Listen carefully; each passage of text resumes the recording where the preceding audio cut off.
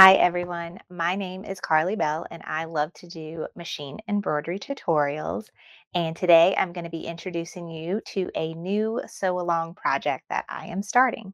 So I just actually finished my first sew along project and we're on the last step right now.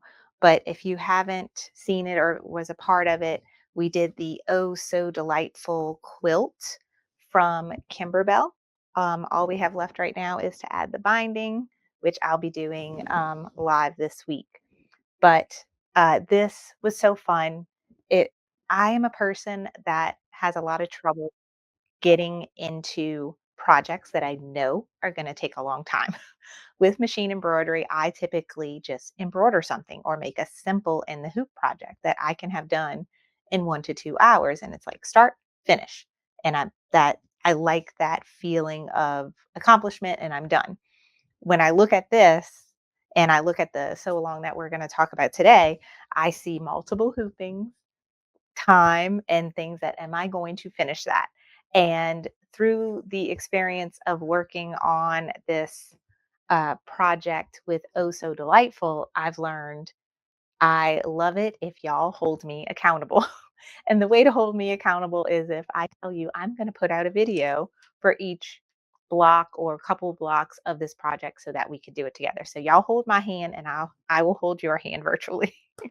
So we are going to be starting our new sew along now, and it is for the Kimberbell Main Street Celebration bench pillow. This is, to me, it looks like a simpler project than the quilt, but I'm going to bite my tongue on that because it's probably not. In that the detail in the blocks in this pillow, I think, go beyond the blocks that we made for the Oh So Delightful quilt. So, this is what we're going to be going over today. So, I'm going to go through all of what I think we're going to need for this project, and we'll actually go ahead and start prepping the fabric. There's actually much less fabric prep for this project compared to the quilt because it is smaller and I'm I'm gonna go over it with you, but we're not going to, what is the word? Not stabilize, but add interfacing to every single piece of fabric like we did for Oh So Delightful. That was one of the things that really got me to where I was like, "Whoo, this is gonna be a lot to even start this because there was so much prep work." I feel like the prep work for this project is gonna be less, and I kind of feel less intimidated now that I've gone through Oh So Delightful that I'm like, "I got this now." I hope y'all are feeling the same way because it feels good. I'm really enjoying this. All right, so let's go ahead and get into it. Let me do something real quick here so that my phone doesn't go off. Okay. Um, let's start from the beginning. Kimberbell is a company that makes beautiful machine embroidery projects, and it's pretty much what I would describe as quilting in the hoop. We are going to use our embroidery machine to create beautiful quilt blocks, and then we're just going to piece those blocks together using our sewing machine. And for this project, we'll be creating a bench pillow. I think you could also use this as a wall hanging or display it on a table, but I'm going to be making the bench pillow. And the first and absolute thing that you will need to complete this project is the designs. Now, this one is a digital download from Kimberbell. This is a little different than Oh So Delightful. We got an actual physical book mailed to us with a CD with the designs and all of the instructions. With Main Street Celebration, it's a digital download on Kimberbell's website, and you will get it instantly.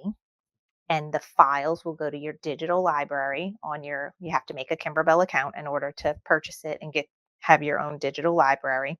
And within that digital library will be all the files for the bench pillow and the PDF instructions, which then you can print out if you want to, or you can just look at them on your computer or your iPad as you're working if you don't want to print everything out. I actually did not print out the whole book.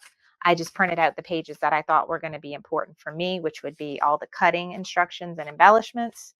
And then I did go ahead and print out starting on, I think, page 12, the step-by-step instructions for each block. And I printed them two-sided so I'd save a little bit of paper. So I only printed up to page 35 as of right now, 12 through 35.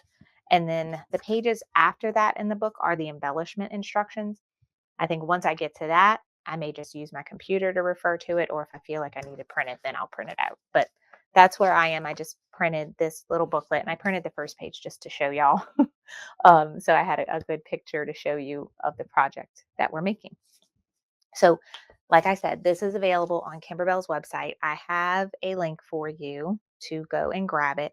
I got it luckily as a deal of the week several months ago. If you're not familiar with Kimberbell's deal of the week, every week they update it with new products. They could be physical products, they could be digital products, but that is where I have found bundles that are at a very nice discount.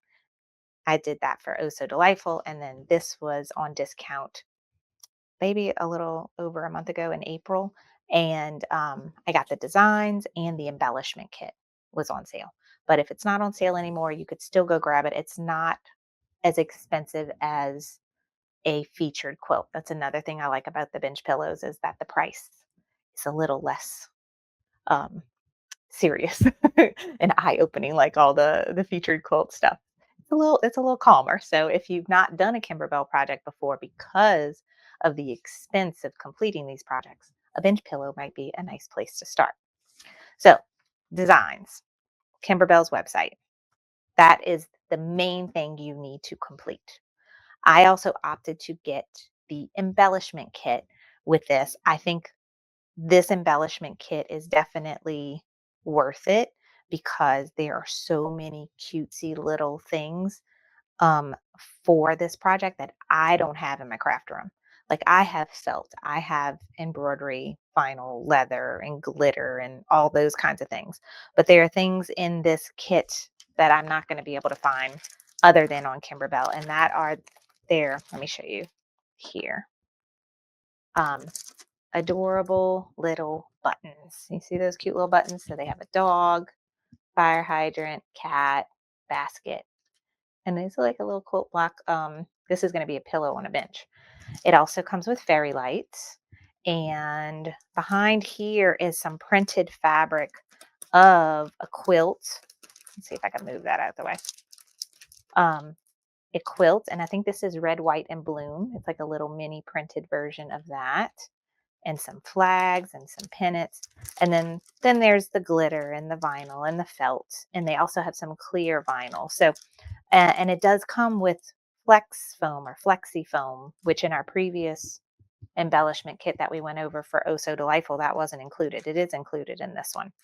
So embellishment kit is optional, but I think worth it to get. Like, if you only bought two things for this project, the designs and the embellishment kit. And that's what I did. Uh Now let's go to the next thing.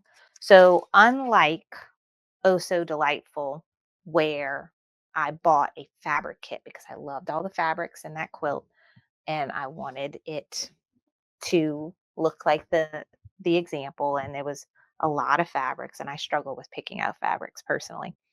I bought the fabric kit for Oh So Delightful. For this one, Main Street Celebration, I did not buy a fabric kit. I went through my craft room. I actually found a super cute 4th of July fat quarter bundle that I didn't even remember that I bought. It's probably over a year ago. And I was visiting a local quilt shop and I ended up buying some fabric in there too. Um, just to because it was fun and they had some really cute stuff. But for this project, I will be using my own stash of fabric that I have and not purchasing a fabric kit. However, I did find this pillow is a little bit older, and so some of the things are harder to find.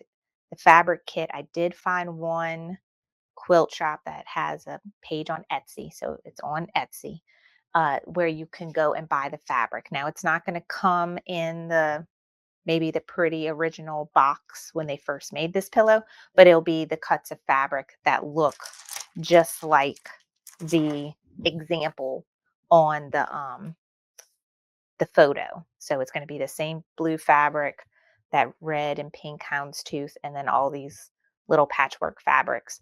That's going to be included. I did find it. I have a link for you. It's on Etsy. So if you do want these fabrics, they are available. The other, the next thing that, and I'm going to go through and I'm going to show you my fabrics that I picked out for each one once we get to the actual prep work after we go over all the supplies. Uh, the next thing with Kimberbell quilting projects, if you're not familiar, when you purchase the design pack, it's going to come with all of the designs that you see on the pillow, like the applique. You could see there's a fire station. So that whole design is included. The fire station, this little tree here, this clock tower, and I think you can see some fireworks and stars, like the more bolder items. What I want you to look at is you see this swirly pattern with the little stitched, look like firework there, not the applique one, but the stitch one. You see that swirly pattern? And you might notice some stitching here and this swirly stars pattern here. Those designs are not included with your original bench pillow design purchase. These are what's called background quilting designs. And we went over all of this with Oh So Delightful, but if you're not familiar, background quilting is a separate purchase from Kimberbell, and they have lots and lots of options. And usually, with all of their bench pillows and quilts, they will design a set of background quilting that goes with the theme of the project. So in this case, we have swirls with stars and little look like rockets of fireworks, and then there's swirls with stars, and this is more like a wavy pattern with stars. So if you would like this look of the background quilting behind with this particular design, those are available on Kimberbell's website, and I have the links for everything for you on the main page for this sew along. And sorry if I forgot to mention that at the beginning. On my website, carlybell.com, and then linked in the description below this video is going to be our main information page for this sew along on my website. And it's going to have all the details for you, links to everything. And then we as I upload the videos for you for each step of this project, that will be added to that page. So it's just one page you'll go to and have all the information on this sew along, similar to what we did with Oh So Delightful.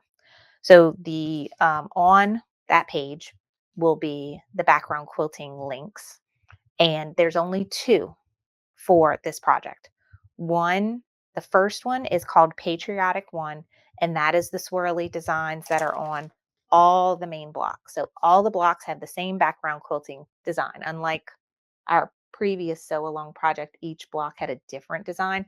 This one is all the same. And the second uh, design that I purchased was called Patriotic Border One, or Patriotic One Border. I don't remember. But it's the border design, the coordinating border design. So there are block designs and border designs. So you only need one block design and then the patriotic border design. And that's going to give you both this little skinny um, quilting design here and the bigger one for the patchwork border along the top. So I believe those were like $12 a piece, and I purchased both of them. That is an optional thing. You don't have to have that on your quilt. Another thing I tell people is that if you've already purchased some background quilting from Kimberbell for another project, I'm sure you can find something simple that will go with this, even if it's just like a hexagon, a geometrical. Um, I mean, it could be, something simple will go with this project. So if you don't want to go and invest in those background quilting designs and you have something already, you can substitute. You can also make the project without any background quilting. So I'm going to say that's definitely an optional purchase for you. I did purchase it. Um, so I'll be using them. And in the tutorials, I'll be going over how to do those steps of both background quilting and then the applique or whatever design on top of it. Okay, so we've gone over designs, background quilting, embellishment kit, and fabric kit, optional. The other kit I want to mention, because Kimberbell makes a kit for everything, is thread. I did also find a thread kit for this project available again on Etsy through like a local, someone's local quilt shop that has an Etsy page as well. They did have the thread kit available. I found it was a little expensive. That might be because it's discontinued, but I did get the information on all the colors that are in that thread kit, and all of that is published on my website. So you can see all the Glide brand colors. I'll just be pulling threads from my own stash to kind of match that up, or to coordinate actually with the fabric that I'll be choosing for that project. Okay, so that's it with the possibility of kits that are uh, optional. The embellishment kit's optional, fabric kit's optional, background quilting designs, and thread kit. All optional things, but make your life easier to put this project together. Okay, now let's get into the nitty gritty of the actual normal supplies that we use pretty much for every project. The first I'll go over is stabilizer. Now, I just had my first experience with substituting normal stabilizer. The stabilizer recommended for this project is going to be your cutaway no show poly mesh, the very lightweight cutaway that is see through and has a nice drape to it. That is what's recommended. I got a tip before I started all these sew alongs, where a nice substitute that is much less money is just to use lightweight muslin cotton.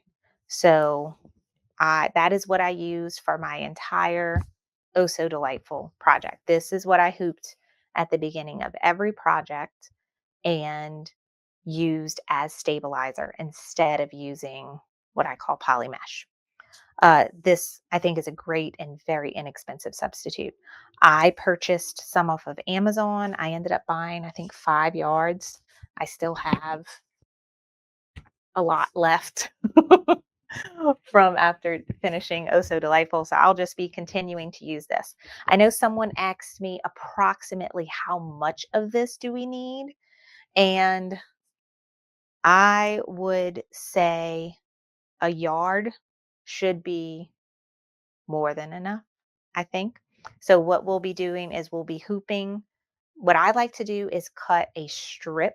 So you see, this is a strip I've kind of used already, but I like to cut a strip that is a width of the fabric and the width of my hoop, so that I can hoop, stitch my design, then rehoop right underneath it. It kind of saves you, instead of cutting like individual pieces that are the size of your hoop, and then you end up losing all of this and all of this, and your embroidery work is in the middle.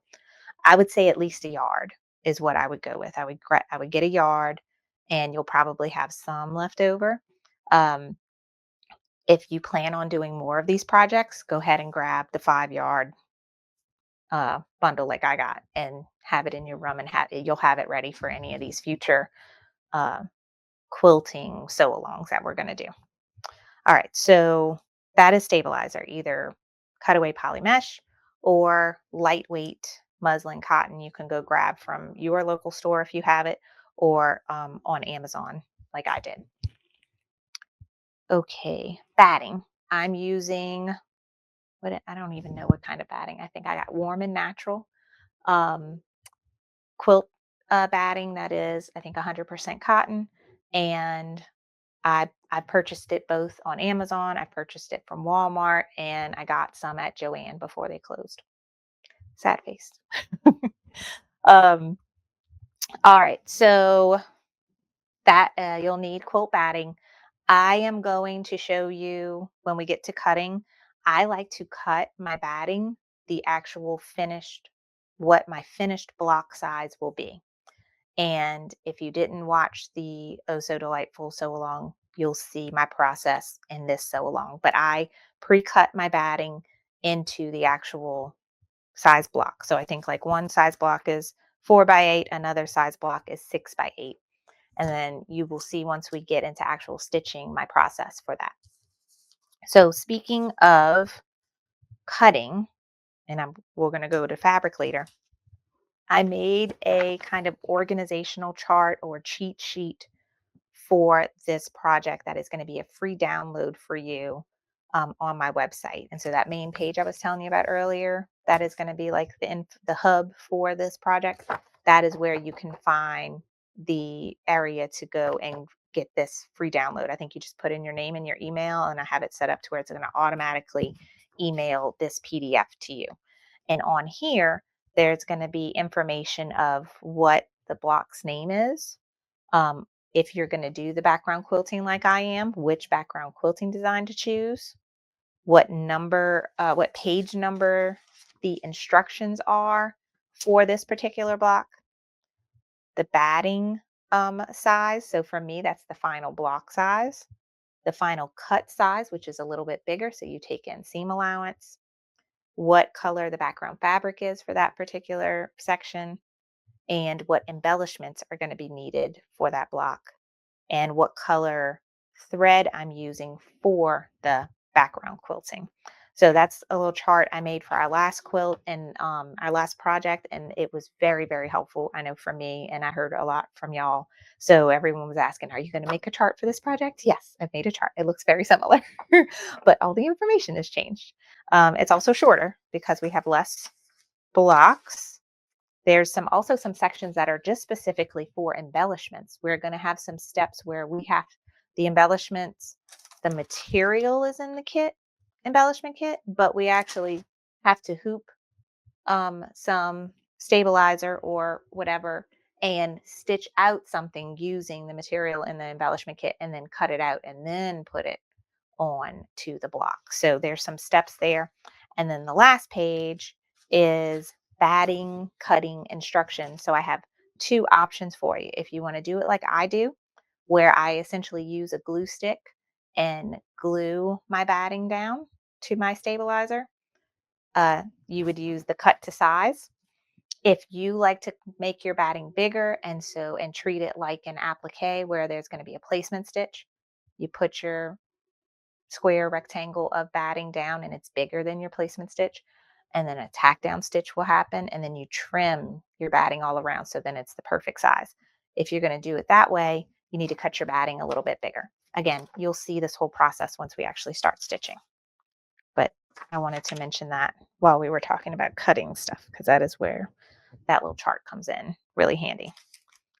All right, now I mentioned also a bit ago when we prepped all the fabric for Oh So Delightful, we used Pellon SF 101, also called Shape Flex. Kimberbell has their version of this that's called fusible backing, but it is a woven interfacing that we iron onto the back of our fabric that helps prevent it from puckering. It gives it a nice, clean finish.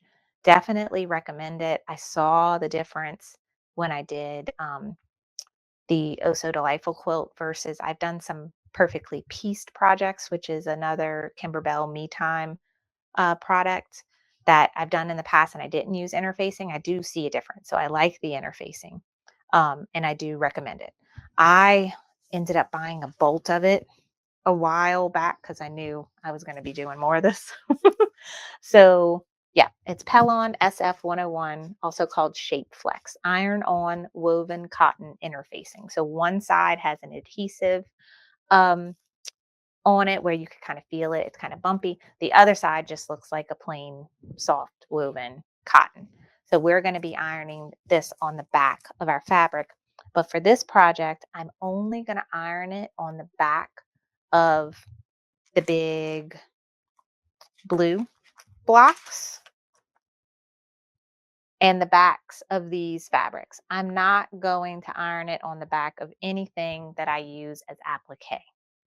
I did that for um, the Oh So Delightful. We didn't have too much applique on there, but this has a lot of applique. And so I'm going to choose not to add the Pellon SF 101 to the back of anything that is for applique. Okay, with that said, that we're only going to put the fusible interfacing on the back of the blocks that are actually the background of the quilt block or the patchwork on the borders. I am going to use Heat and Bond Light for some of the applique projects. So I didn't do that with Oh So Delightful, but I think I will with this project. So Heat and Bond Light is another fusible product, but I don't call, I guess it is interfacing, but this is what I use typically on all of the back of my applique projects to create a fusible backing on the back of those pieces of applique fabric. So it's not like the Shape Flex and that only one side is fusible. With Heat and Bond Light, actually, it's double-sided fusible. So you iron this on the back of your applique fabric, and then you peel off the paper backing, and that exposes another fusible side so that once you tack it down and trim it to your project, you can iron it into place so that it fuses well with whatever you are appliquing. This is great with clothing, especially. I don't know if I would need to wash this pillow. I don't know with all the specialty fabrics and things that are on it, how that would work. But typically, when you wash something, Heat and Bond Light helps keep that applique fabric and the item that is appliqued fused together. So there's no puckering and pulling of the fabric after washing. I think I'm going to use this for my applique pieces on this quilt. And I think I'm just going to wait to cut it once I'm ready to applique that particular block. So I'm not going to do a lot of prep work with Heat and Bond Light. I think I'm just going to use it as I go at my own discretion. But Heat and Bond Light, I bought a giant bolt of it a while back because I use it all the time. You can buy small portions of it as well. Same with the Shape Flex. If I forgot to mention that, you can buy small pieces of it. You could buy it by the yard. You can then also buy it by the bolt, Heat and Bond Light as well. Okay, now the other uh, tools and supplies we're going to be using is adhesives. You can either use a temporary spray adhesive, or I have been using an Elmer's washable glue stick, and this has worked great. And then I don't have to worry about spray getting everywhere and that. So this is the main thing that I've been using for all of my in the hoop quilt blocks is a Elmer's washable school glue stick. And I got the purple kind um, that turns white after it dries. All right. Now, going back to some specialty threads that we used in my previous sew along Oh So Delightful. One specialty thread that we used was a water soluble thread, and then we also used an invisible thread. For this project, I don't know how much I'll be using the water soluble thread, and that is because of the hoop size. I'm trying to make this project to where people with smaller hoops can do this with no problem, kind of like I did with the Oh So Delightful. I'm trying to keep it 6 by 10 or smaller. And because of that, I have to do some adjustments. And so I won't actually have a step where I'm going to tack down the background fabric and have that basting stitch that I typically like to use the water soluble for. But if you already have it in your craft room, it's a great thing to have. If you don't, it's I would get some just to have in your room for when you are ready to do some in the hoop quilt blocks. The basting stitch done with the water soluble thread makes it so easy to dissolve it and get the basting stitch out when you're ready to trim your blocks.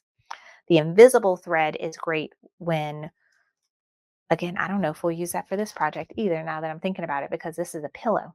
We're not going to be adding any backing to it like we did Oh So Delightful, where we do stitch in the ditch on the back. Um, and I used invisible thread on the front. So in case I didn't get in my pieces, the seam of my pieces well, you wouldn't see it because it was a clear monofilament thread. But those two specialty threads we probably not going to use for this project, but I had it on the list in case you maybe had this as a wall hanging. You have a bigger hoop size and can do that basting stitch on the quilt blocks. So I have it on the list in case, and I already bought all this for the Oh So Delightful project, so I have it all ready too. What's next? Okay, let's talk about cutting and when we're done stitching, getting that all together. I bought the Kimberbell orange pop rulers a few years ago for another project, and I used them the whole time on the Oh So Delightful quilt, and I love them. When I first got them, I didn't know if I loved them because I was using them incorrectly. After I saw the correct way to use them, I was like, oh, this is great. So I do recommend them. They come in two sets. They have a rectangular set and a square set. If you're using it for this project, you actually only need the rectangular set first. So if you want to just start with one, I have both of them, and this is optional. If you don't want to invest in them or don't know if you're going to be doing a lot of quilting in the hoop and need them, you can still use just an acrylic ruler um, with guidelines so you can see and you can mark, a 1/4 inch spot where you're supposed to cut to create your blocks that are cut to size with the seam allowance taken into consideration.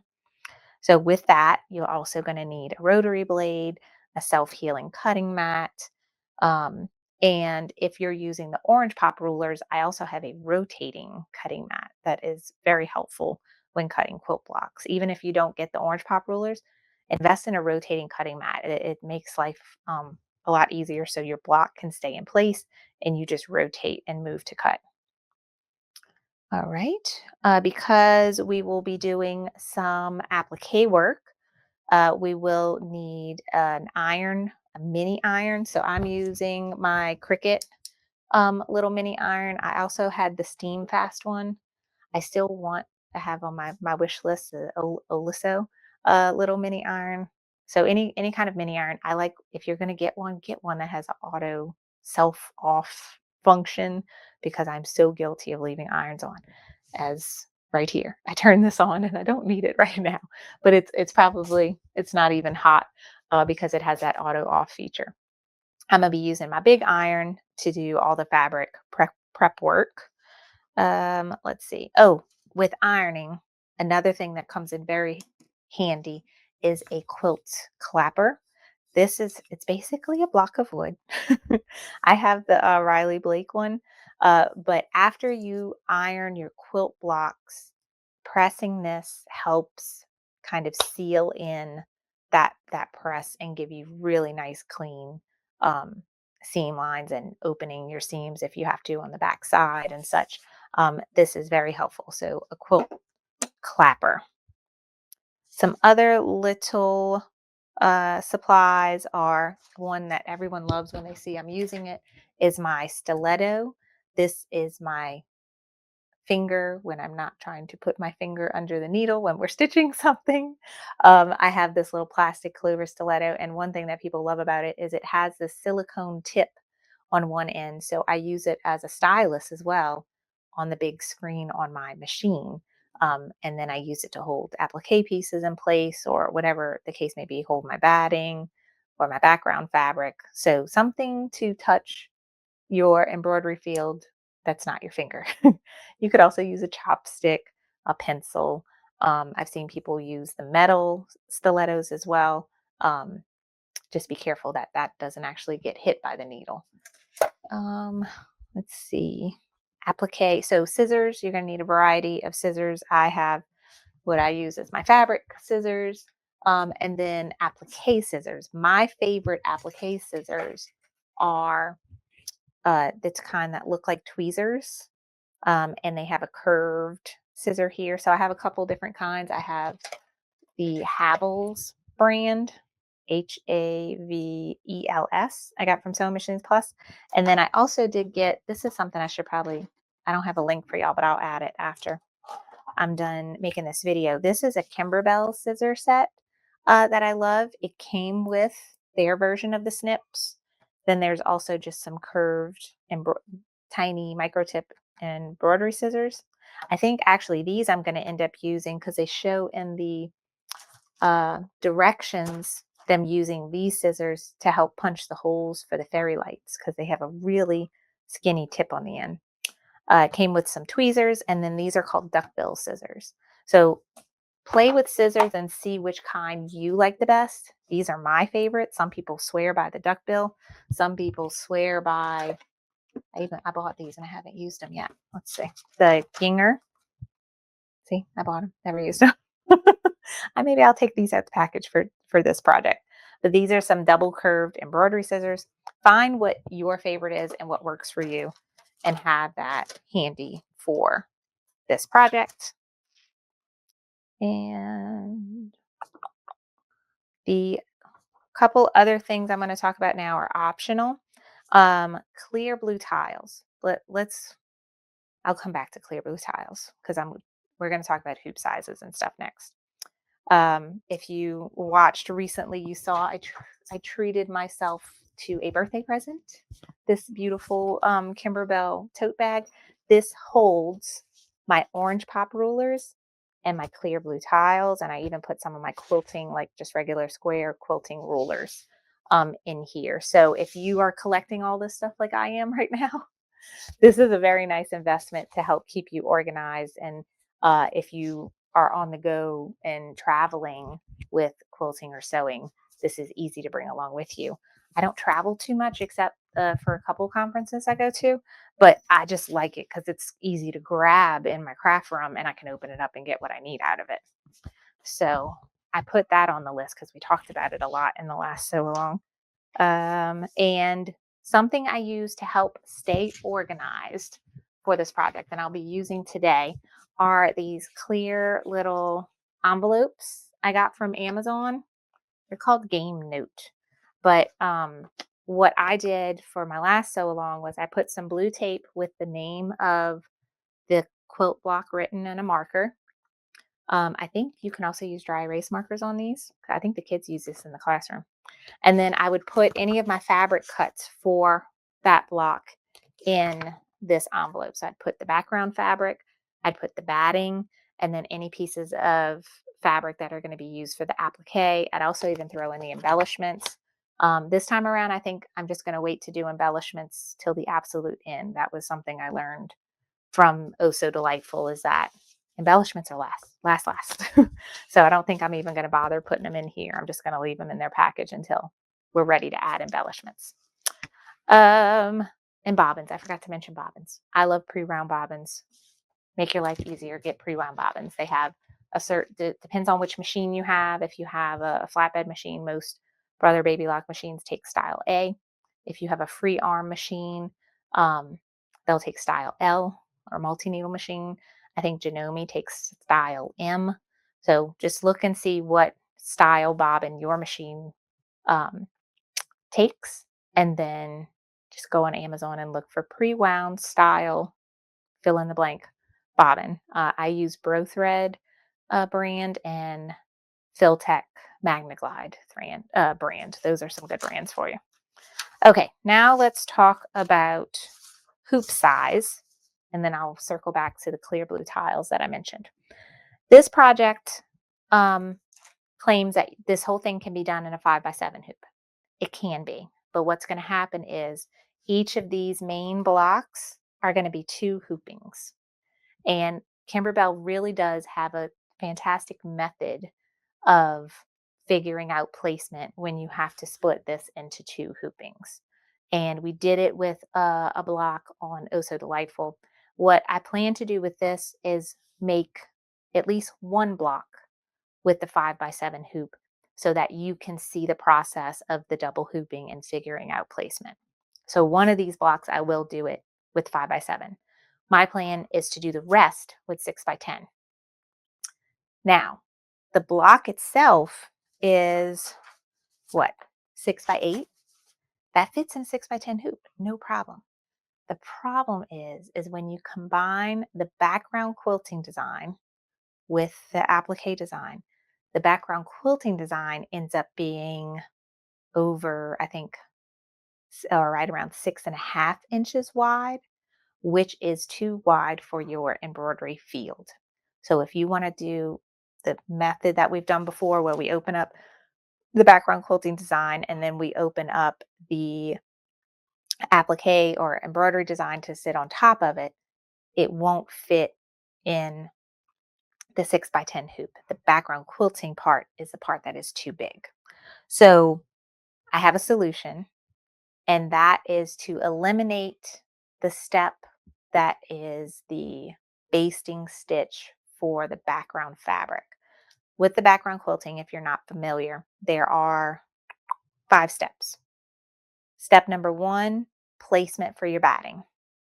Put your batting down. Step number two, tack down for your batting. If you made your batting bigger than the size, it's going to tack it down and now you trim it just like an applique. So now it's perfect size. Then there's going to be a placement stitch for your background fabric. Lay down your background fabric, and then a basting tack down stitch for your background fabric.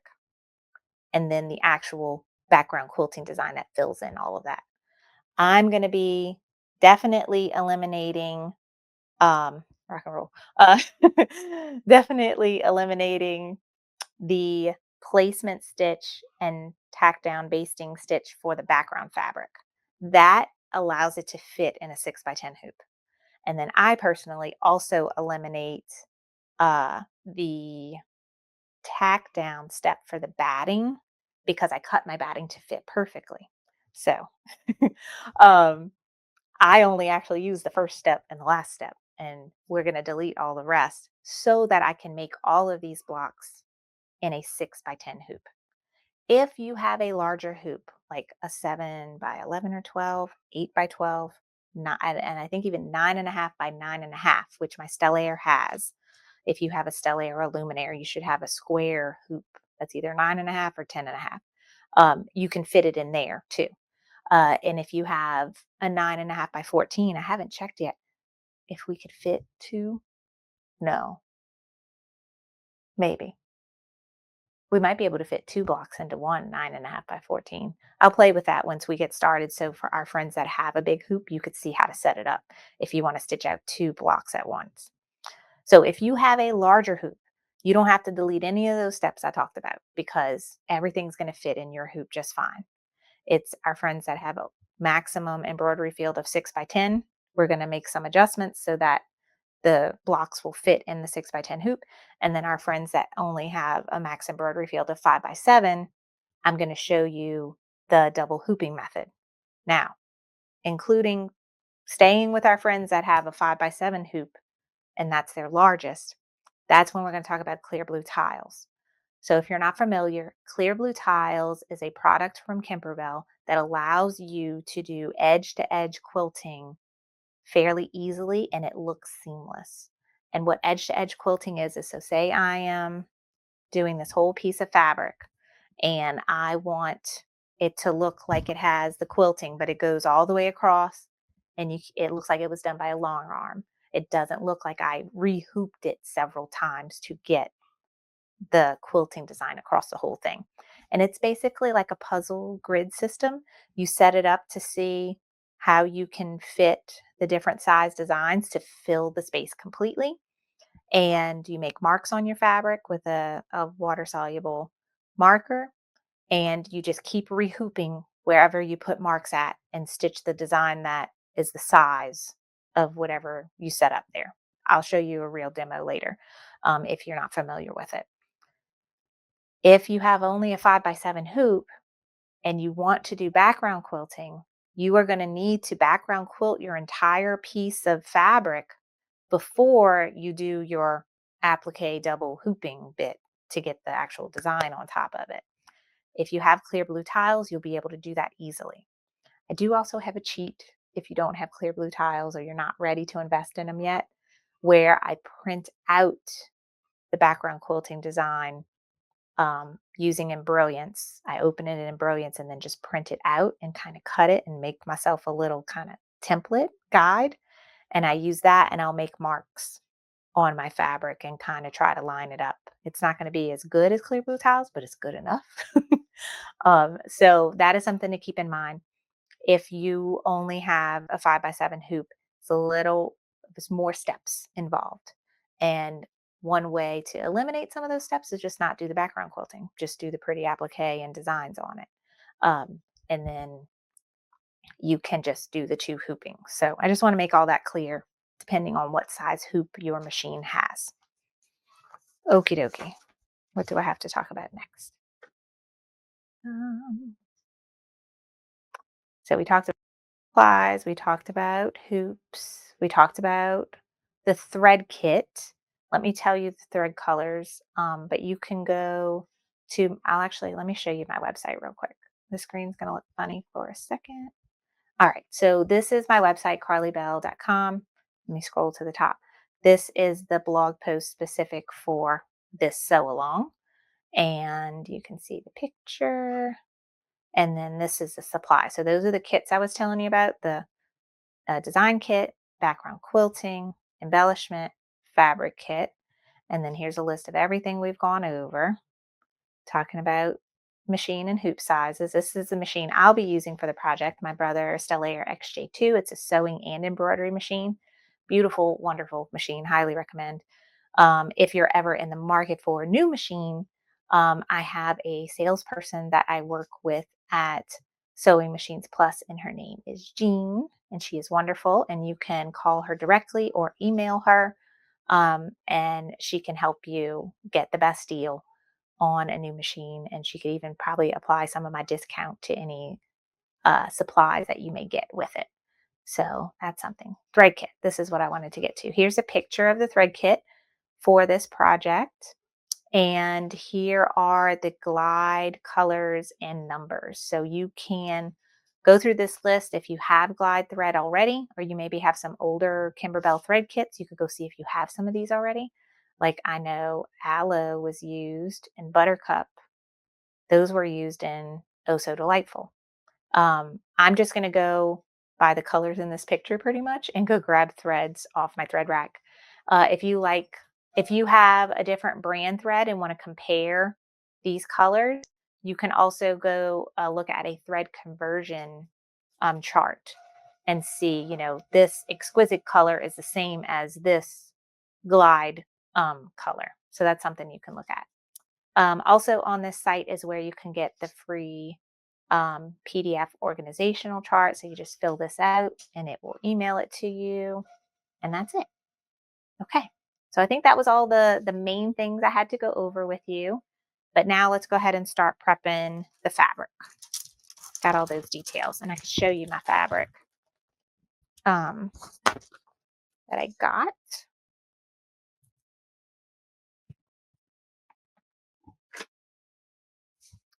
Let's switch you over here.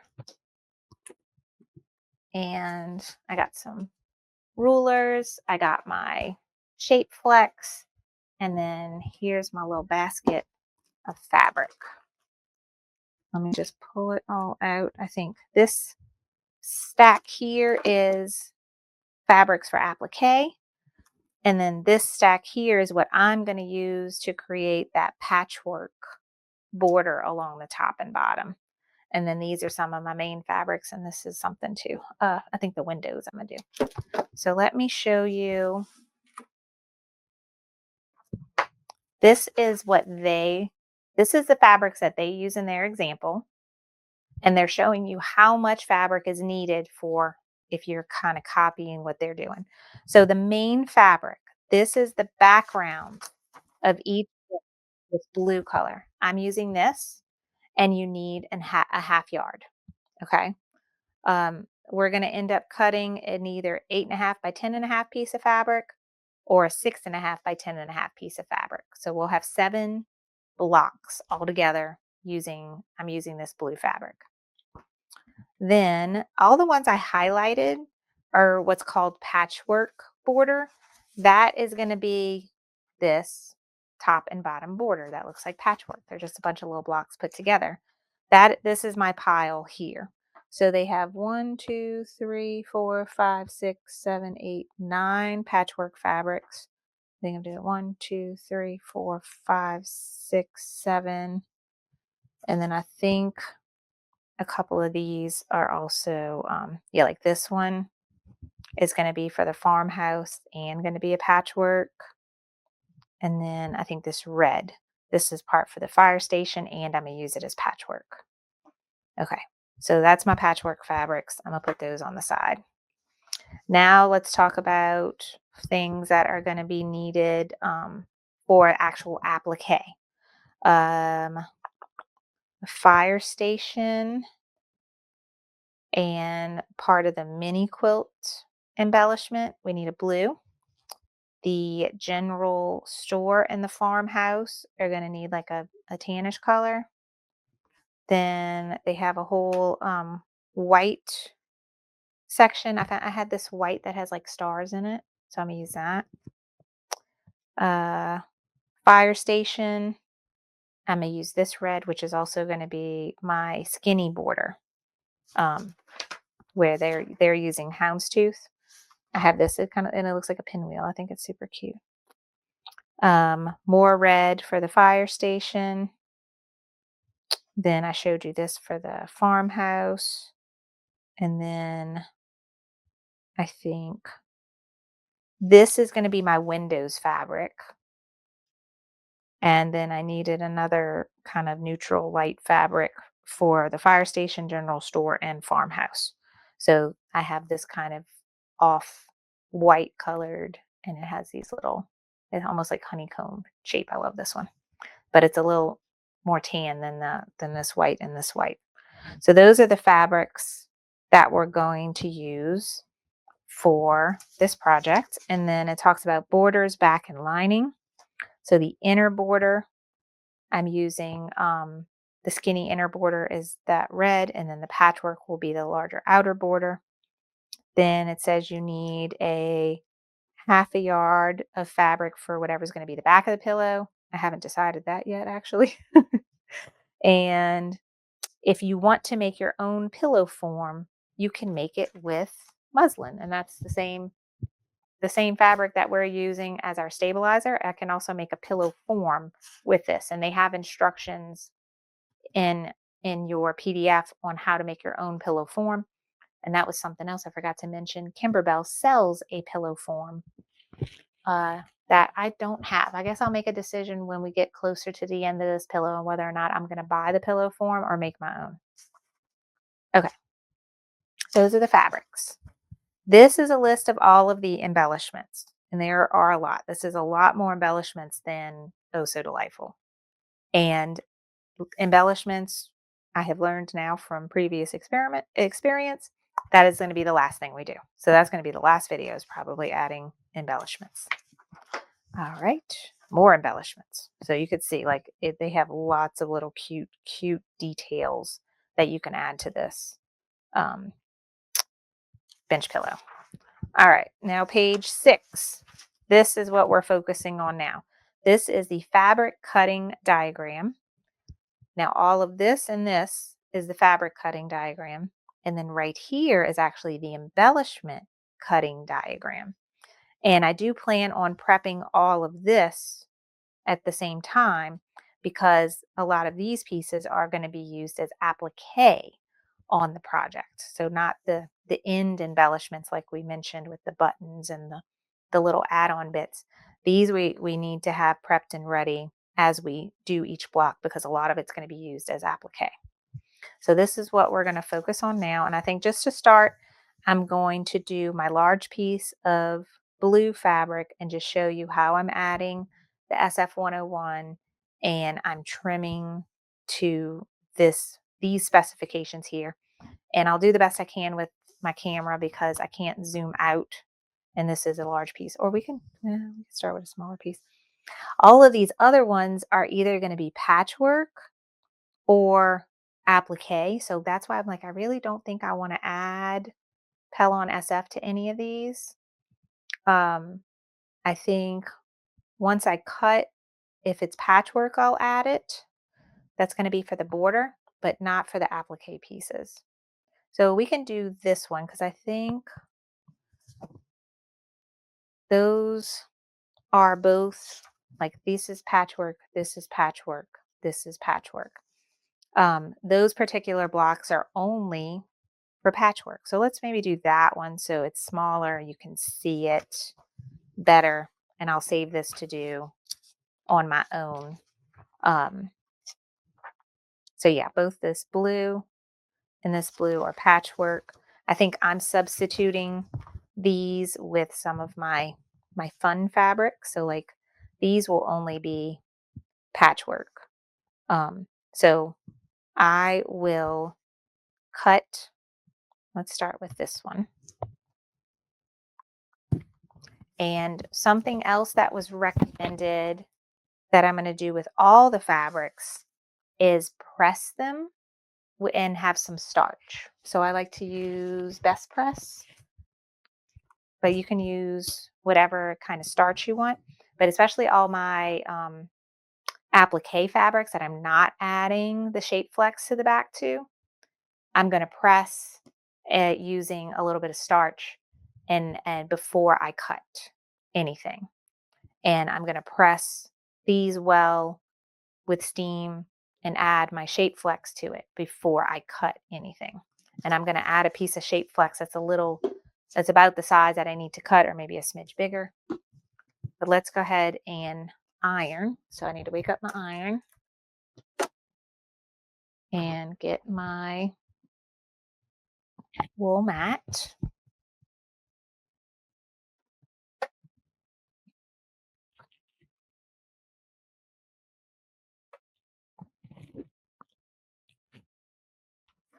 and prep the fabric. Okay.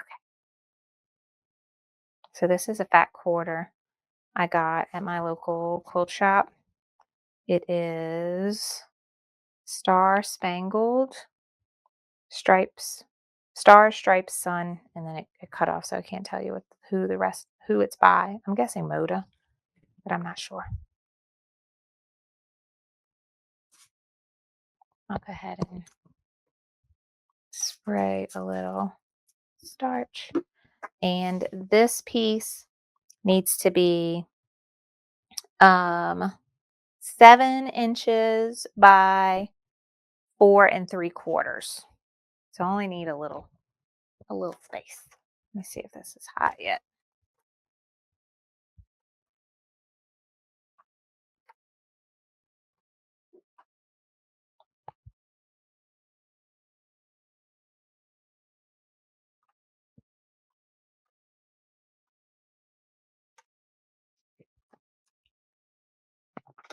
Okay. So now that I have it pressed, I'm going to go ahead and get some of this selvage off.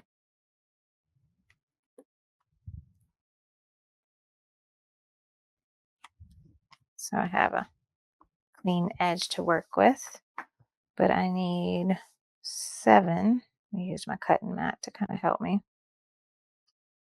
right here. And then what I said, 4 3/4. I don't need to use, I can use this. All right, so 7 and 4 3/4. Oh, I wanted to iron the shape flex first. Let me cut the shape flex to that size. I kind of did it both ways. With my previous one, I cut my fabric and then I cut some shape flex to be almost pretty much the same size and then iron. But this time, let me try cutting shape flex and then ironing, then cutting my fabric. Let's try that one out. So 7, I guess maybe I'll cut it like 1/8 of an inch bigger on both ends.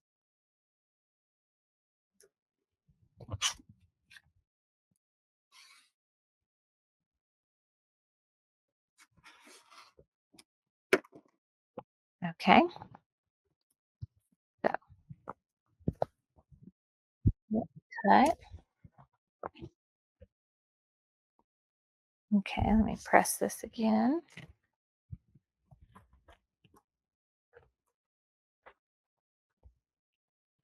And we are going to add the shape flex to the back of the fabric. And it's really important that the bumpy side is face down. And I'm just going to line this up with the edges of my fabric. And if you're worried about anything sticking to your mat or sticking to your iron, you can use a piece of parchment paper and kind of like make a sandwich, or a piece of Teflon. And you just want to press the interfacing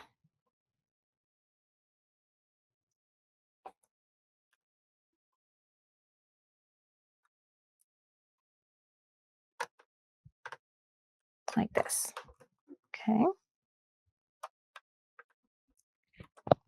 And once that is pressed, now I will cut my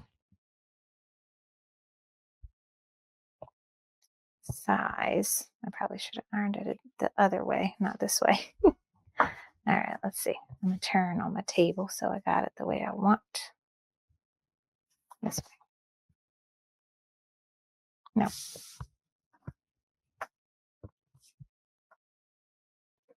Okay, so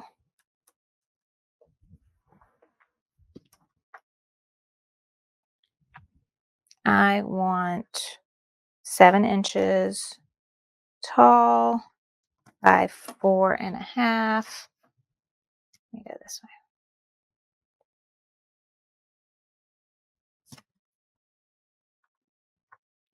No, 4 3/4.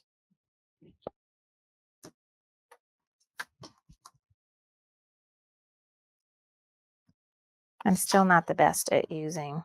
I have not gotten used to using quilting rulers. Again, I also have the problem where I want it to be just right. Okay, so 1, 2, 3, 4, 5, 6, 7, and then 4 3/4. Double checking that. That looks right. Measure twice, cut once.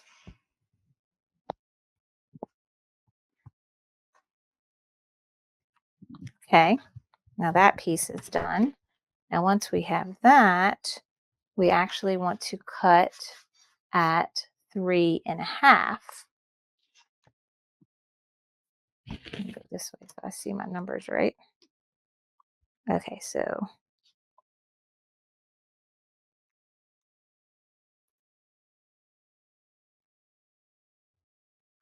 3.5. And then this one will also be 3.5.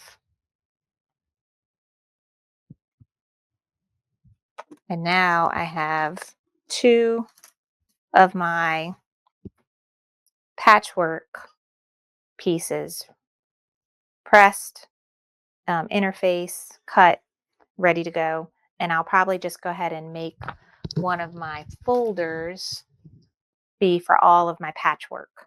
And I'll have that and then a strip of batting, because what we're going to end up doing is we're going to piece together all of these and then do the quilting with one long piece of batting continuously. And that's something I'm going to show you in our tutorials. We did it with our previous one. And it's fun to make the border quilting. So now your homework is going to be to repeat this process with all of your pieces of fabric. So once you have your own pieces of fabric picked out, or if you bought the fabric kit, match it up. And then maybe go ahead and mark on here which ones you're actually adding shape flex to. So like this one, and then I'm only adding shape flex to those. So anything that's 3.5 by 4 3/4, only those. This whole one, only those. I think this one is also patchwork, but in this example, it's a directional print. Uh, these and this one.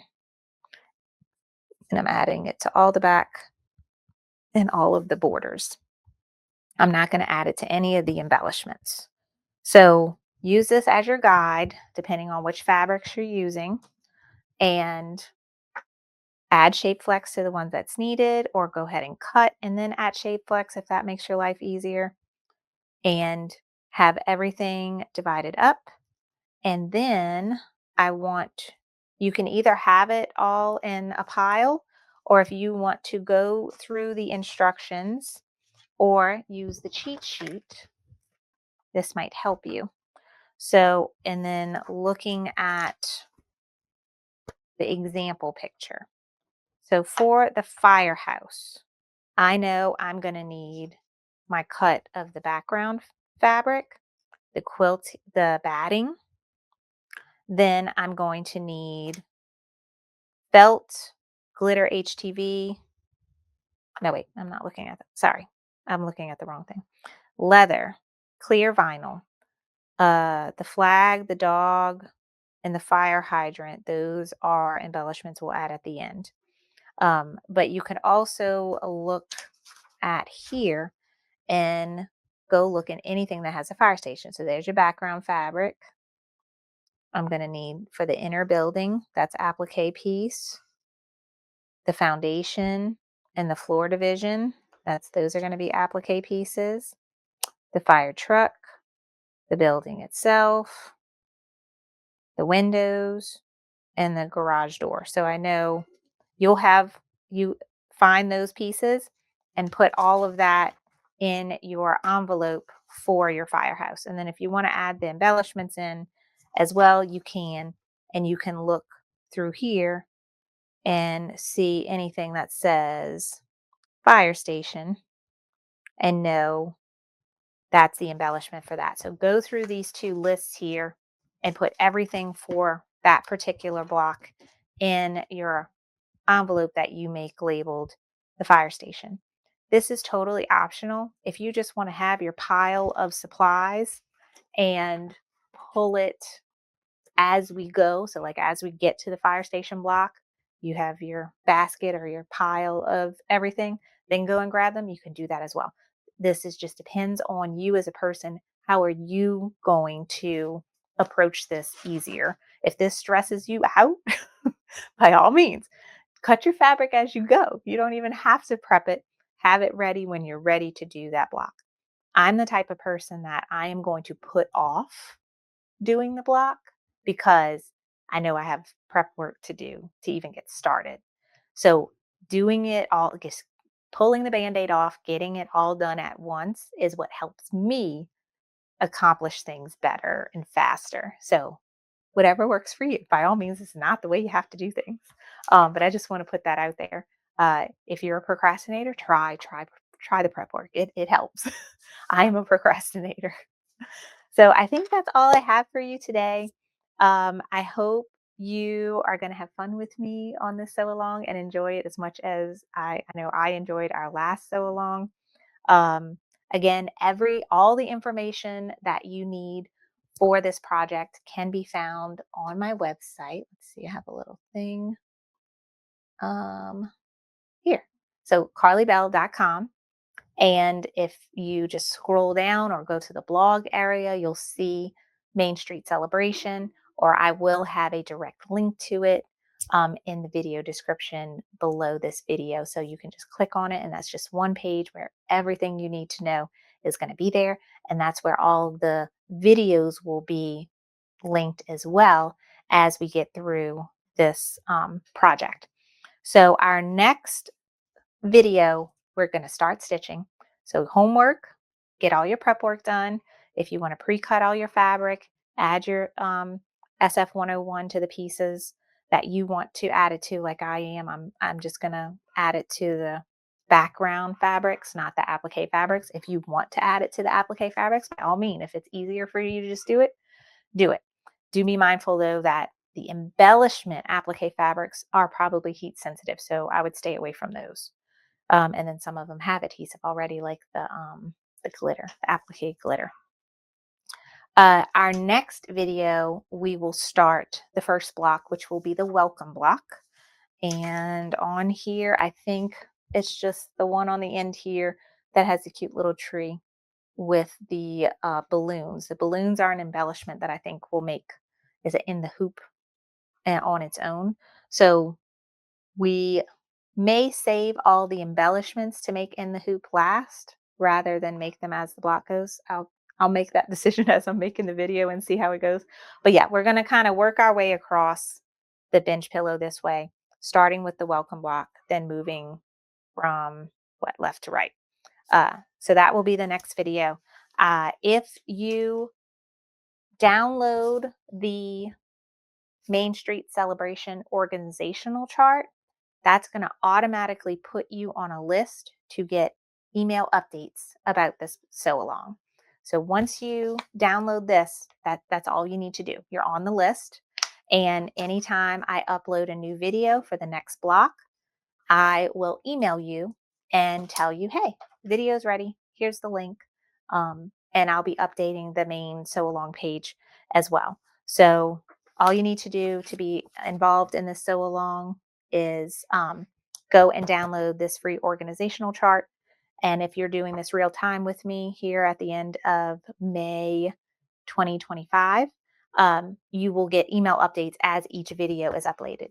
If you're doing this sew along later on, all the videos will be available for you, so there won't be any email updates. You'll be able to see on the page on my website, all the videos are there and uploaded for you. So then you do it at your own pace. Whenever you're ready to move on to the next block, all the videos will be there for you to watch whenever you are ready and have free time. Okay? So that's it for today. I hope you have a great rest of your day and you're excited to start the sew along as much as I am. And I will see y'all in the next video where we will do the welcome block. All right. Bye, everyone.